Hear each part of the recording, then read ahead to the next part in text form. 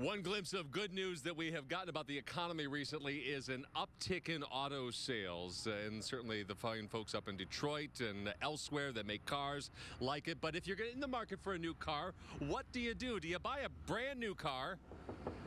This is somebody I know. I'll treat it very nicely. Or do you buy one that's perhaps gently used? What we have here, two Hyundai Sonatas, brand new, couple years old. And Rich Rosso, financial planner here, talking about the kind of things you need to consider. Good morning, first of all. Good morning to you, Tom. So this is such an emotional decision for the America. We love our cars. We do. And, you know, you might be out car shopping this weekend, and you got to put your head in the driver's seat. And what I mean is, people think of cars as investments because you spend a lot of time researching, you put a lot of money into them. First year, you're going to lose 20%. The moment you drive it off the lot, you're going to lose a tremendous, it's not an investment. No, and it continues to lose. Unless you're some, you know, like Jay Leno, some massive car collector and you have the money to do that. You really want to get your head in the game and realize this is a big purchase. This is not an investment. Now, Rich, one thing, and I can speak from my own personal experience, I got hung out to dry by a used car about 20 years ago, left me high and dry in a terrible part of town in the middle of the night. I said,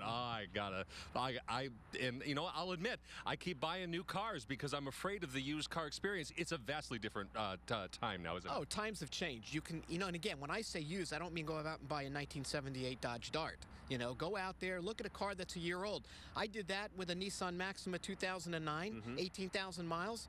I saved on someone else's mistake. I saved $11,000. Someone else took the depreciation hit, and you're driving the car. Absolutely, and it's brand new. Okay. So, well, it feels brand new. It feels brand a year old. New to you, certainly. That's right. So the big trick is how to pay for it. Certainly, financing is a positive option now because interest rates continue to be low. However, if you don't have to finance, so much the better. Well, think about the maximum use of the money. Of course, most people are going to need to finance, and to your point, rates are pretty low right now. However, if you can afford to pay cash for it, you're not earning too much in your savings account or your money market or your checking account. Why pay the interest rate on a depreciating asset? Go ahead and pay cash. One thing, though, don't leave yourself high and dry from an emergency reserve standpoint. You got to make sure you've got enough cash to do this. So if you've got the reserves available to you to perhaps spend $15,000, $20,000 on a used car or something in between, do it, you say? Absolutely. I'm earning pretty much zero on my savings account or my checking account, and I'm going to go ahead and even pay 3.99 or 3%.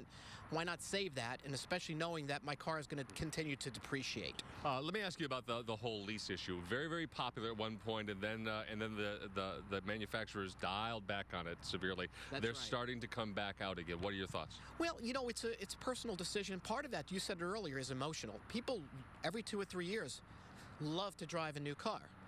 So instead of going through the whole process of buying it, go ahead and lease it. If you're going to feel you want to have a perpetual car payment, you go ahead and do that.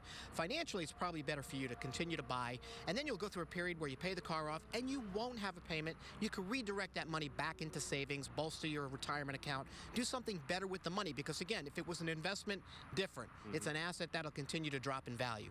So you want to keep your perspective. There are a whole load of great calculators online when you want to look at buy versus lease, so you can do the crunch the numbers and see what works for you. And it's a good place to start the conversation. Rich Rosso, as always, we thank you very much for your wisdom. You can always learn more about your favorite cars if you're just shopping, window shopping, or if you actually want to take a ride and do a deal.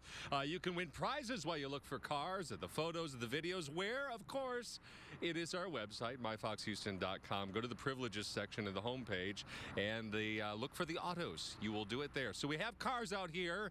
Inside, there is food, and that's where Natalie Baumke